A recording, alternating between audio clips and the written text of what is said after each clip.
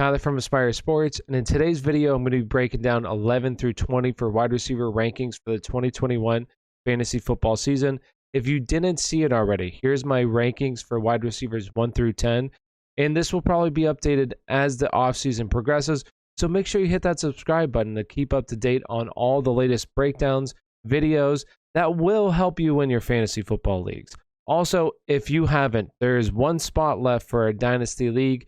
I will put the link down in the description below, so make sure you check that out if you're interested in that. So with that being said, let's go ahead and get into the video. Coming in at number 11 is going to be Michael Thomas. Michael Thomas last year was very disappointing due to injuries, inconsistent quarterback play. He was maybe the biggest bust of the draft right there with Christian McCaffrey. This upcoming season, I do believe he's going to bounce back. He's going to have Jameis Winston, most likely as a starting quarterback. I don't think Taysom Hill is going to win the job. It will probably be Jameis Winston, who is an upgrade, especially for fantasy football purposes, at the quarterback position. Last year, it was only one game, half of a game, against San Francisco Week 10. Jameis Winston threw the ball 10 times. Out of those 10 throws, Michael Thomas was targeted 5 times. I believe this upcoming season, he's going to see the ball a lot. And for that reason, Michael Thomas, for me, is going to be a wide receiver number 1. Michael Thomas, wide receiver number 11. Coming in at number 12 is going to be Amari Cooper. Amari Cooper, for me, is somebody who's kind of underappreciated by the fantasy football community. I believe I'm higher on him than most are. But last season, when Dak played the first 4 games of the season, Amari Cooper was wide receiver number 6 and led the league in targets at the wide receiver position. This upcoming season, Dak is back, and I believe as long as he's okay to start the season, there's no complications or anything, I believe Amari Cooper will be a wide receiver 1 this upcoming season and could be a top 10 guy. So for me, wide receiver number 12, Amari Cooper. Coming in at number 13 is going to be Terry McLaurin. This upcoming season has an upgrade at the quarterback position with Ryan Fitzpatrick. Ryan Fitzpatrick is a gunslinger. He's going to have some bad moments, but in terms of fantasy football, has produced wide receiver number 1s. I think this offense is going to be a little bit more conservative, though. They're going to run the football more and want to kind of keep the ball out of Ryan Fitzpatrick's hands a little bit and just play really good defense because they have a very good defense, which is going to limit his upside a little bit, but I still think he's going to be a borderline wide receiver 1, high-end wide receiver number 2. That's why he's number 13 for me, and he's just extremely talented. So I expect these two to kind of get in sync early, and also Curtis Samuel will be a good value in the drafts. So with that being said, number 13, Terry McLaurin. Coming in at number 14 for me is going to be Mike Evans. And this group of wide receivers, I feel like this is a little too low, but this group of wide receivers are just really close. And honestly, I wouldn't mind having one of these guys as my wide receiver number 1 heading into next season. Mike Evans, when this team kind of figured itself out from weeks 10 through 17, Mike Evans was wide receiver number 7 in that span. And in that span, he led the league in targets in the red zone.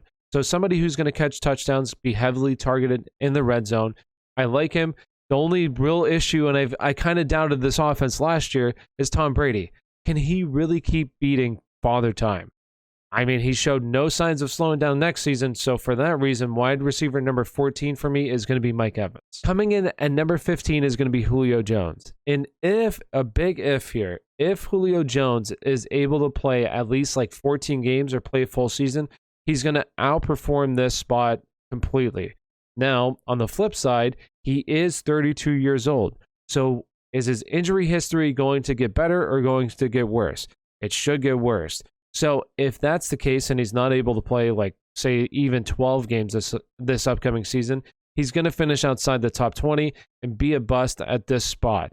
So you have to decide for yourself. Does the risk outweigh the reward or vice versa?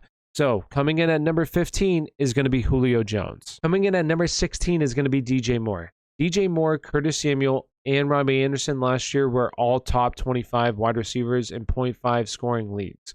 This upcoming season, you now have Curtis Samuel leaving for the Washington football team. So that's 97 targets up for grab currently. Carolina did sign David Moore from Seattle, but I'm not too concerned about that. He was the wide receiver 3, didn't see a whole lot of action. So I expect DJ Moore to accumulate some of those targets that are now up for grab, making him the main beneficiary in this offense and somebody who is going to be a borderline wide receiver number 1, high-end wide receiver number 2 this upcoming season. So for me, number 16, DJ Moore. Coming in at number 17 is going to be Chris Godwin. This Tampa Bay offense just has so many mouths to feed, so it's really hard to put him higher than this. I think that this is a good spot because Last year, Mike Evans saw 21 targets in that span from weeks 10 through 17 when this offense started to find its groove, to Chris Godwin's 6. So he's not going to be very active inside the 20, but between the 20s, he's going to be active and is going to see a lot of catches. I would view him higher in full point PPR, but right now I think a mid wide receiver number 2 is a good spot for him. So coming in number 17 is going to be Chris Godwin. Coming in at number 18 is going to be Robert Woods. The Los Angeles Rams upgraded at quarterback this offseason, bringing in Matthew Stafford, shipping out Jared Goff, which is a big upgrade in my opinion. I like Matthew Stafford a lot, and Jared Goff, not so much. Last year, Robert Woods was able to finish as wide receiver number 13 with Jared Goff as his quarterback. Now you have the upgrade, which is going to totally help this offense in both real-life football and also fantasy football. So Robert Woods, in my opinion, is going to be the main beneficiary of that upgrade. So that's why for me right now, he's wide receiver number 18. Coming in at number 19 is going to be Adam Thielen. Adam Thielen last year was very good. Finished as wide receiver number 7 in standard scoring, 10 in PPR, and full point PPR. Had 14 receiving touchdowns, under 1,000 receiving yards. So does that continue heading into next season? For me, no. He's due for big regression. He had 30 red zone targets, which was 14th most in the NFL last season for the wide receiver position, but finished with 14 touchdowns, which was second for red zone touchdowns, tied with Tyreek Hill, who saw 51 red zone targets, to Adam Thielen's 30. So what does that mean? Big regression, especially with the emergence of Justin Jefferson. That's why he's still a top 20 guy for me, but is at number 19 instead of higher. So Adam Thielen, 19. Coming in at number 20, rounding out the order, is going to be Kenny Golladay. Somebody that I might be a little bit lower than most on, but for me, it's just how good do we think this offense is going to be? You have to have a big step from Daniel Jones, year 3, to make this offense pretty good for fantasy football because you have a lot of mouths to feed in this offense. This team last year was scored the second fewest points in the NFL. So now we think they're going to just take a big step forward when they play really good defense and want to run the football. So you have Evan Ingram, Sterling Shepard, Darius Slayton still in this offense, and now Saquon coming back from injury. So how many targets is Kenny Golladay really going to see?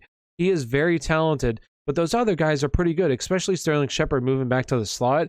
I think is going to be targeted quite a bit, and you have Evan Ingram, who's been a little bit disappointing, but is still a very good tight end.